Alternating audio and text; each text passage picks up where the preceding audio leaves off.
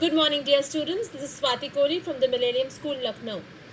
Today, I'm going to begin with a new lesson, which is Glimpses of India. As the name suggests, this lesson covers various regions and gives you glimpse of different parts of regions of India. I will pick up the very first part of it, which is a baker from Goa. This is a pen portrait which shows the village life of Goa and the influence of the Portuguese on their life. It's basically written by Lucio Rodrigues. Alright, Glimpses of India. Part 1, A Baker from Goa by Lucio Rodrigues.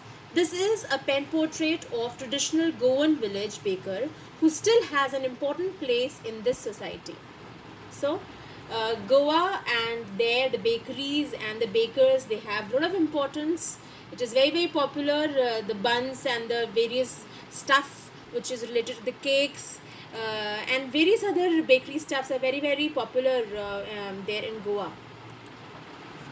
Our elders are often heard reminiscing nostalgically about those good old Portuguese days, the Portuguese and their famous loaves of breads. So, reminiscing nostalgically means thinking fondly of the past. So they still remember and they still fondly remember the good old Portuguese days and, of course, the loaves of breads. Those eaters of loaves might have vanished, but the makers are still there. We still have amongst us the mixers, the molders, and those who bake the loaves. Those age-old, time-tested furnaces still exist. The fire in the furnaces has not yet been extinguished. That means still today you can find bakers there and it is still popular. The thud and the jingle of the traditional baker's bamboo heralding his arrival in the morning can still be heard in some places. So in some places, the typical traditional way the bakers used to come with their bamboo and holding a basket which had all the different kinds of loaves of breads. So he could be heard announcing his early in the morning, calling out to sell the breads. Maybe the father is not alive, but the son still carries on the family profession. These bakers are even today known as padder, baker in Portuguese language, in Goa. During our childhood in Goa, the baker used to be our friend, companion, and guide. He used to come at least twice a day. So, twice they would visit, once in the morning and once while returning back home. Once when he set out in the morning on his selling round, and then again when he returned after emptying his huge basket. The jingling thud of his bamboo woke us up from sleep and we ran to meet and greet him. Why was it so? Was it for the love of the loaf? Not at all. So when these bakers, they would come and the jingling thud of the bamboo, it would woke up the little children, the young children, and it says that not exactly for the love of the loaf, but let's see what was the most attractive, what attracted them. The loaves were actually bought by the Pasquin and the Bastine, that is the maid of the house. What we longed as children for were those bread bangles which we chose carefully. Sometimes it was sweet bread of special make. So you can see these bread bangles, and this was the main attraction for the children. They would just love to go to the baker and choose the best piece for themselves. Kankon, that literally translates to bangle in Konkani, is a distinctive ring-shaped bread that is popular all over Goa.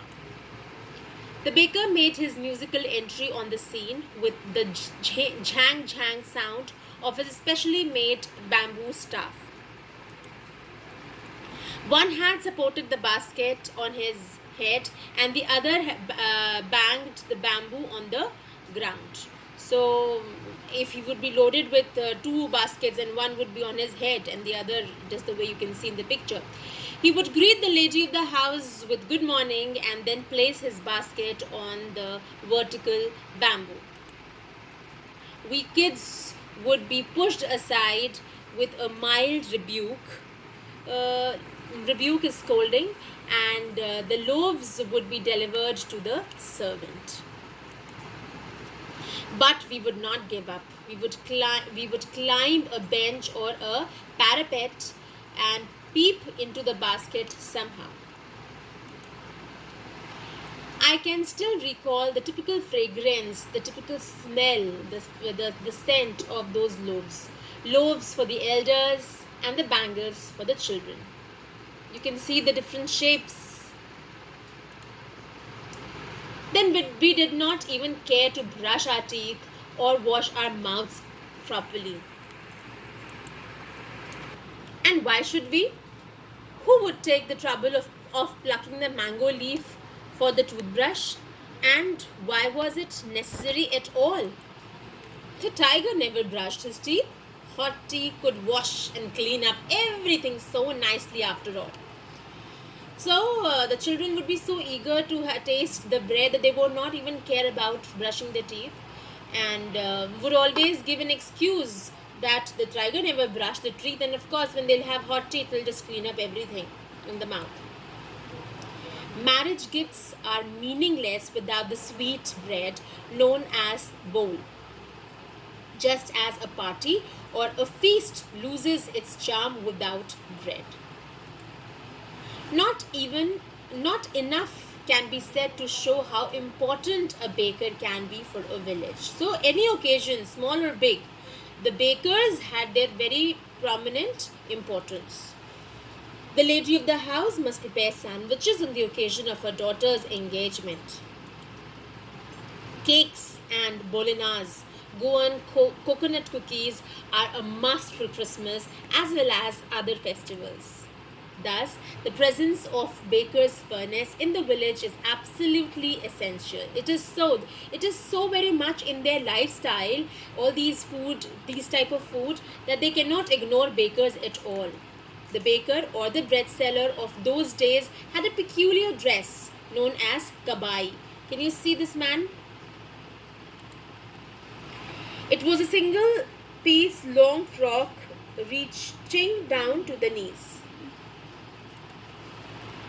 In our childhood, we saw bakers wearing a shirt and trousers which were shorter than full length ones and longer than half pants. Even today, anyone who wears a half pant which reaches just below the knees invites the comment that he is dressed like a padder. The baker usually collected his bills at the end of the month.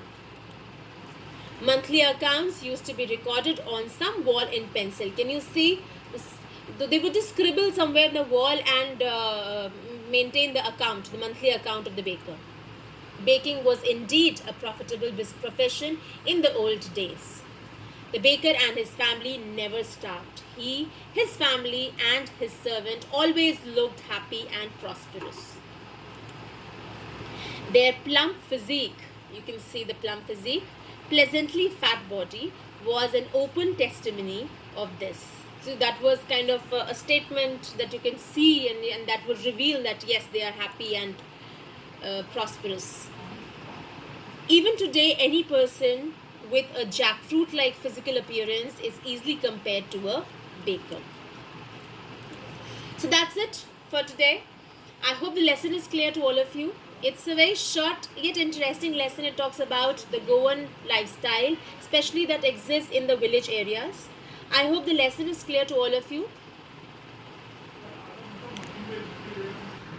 Dear students, just 3 questions have been given in your textbook, and it's a short lesson, but it is important. So I would like you all to attempt all the 3 questions in your register. Keep revising whatever has been taken up. Stay home, stay safe, and enjoy yourself studying at home.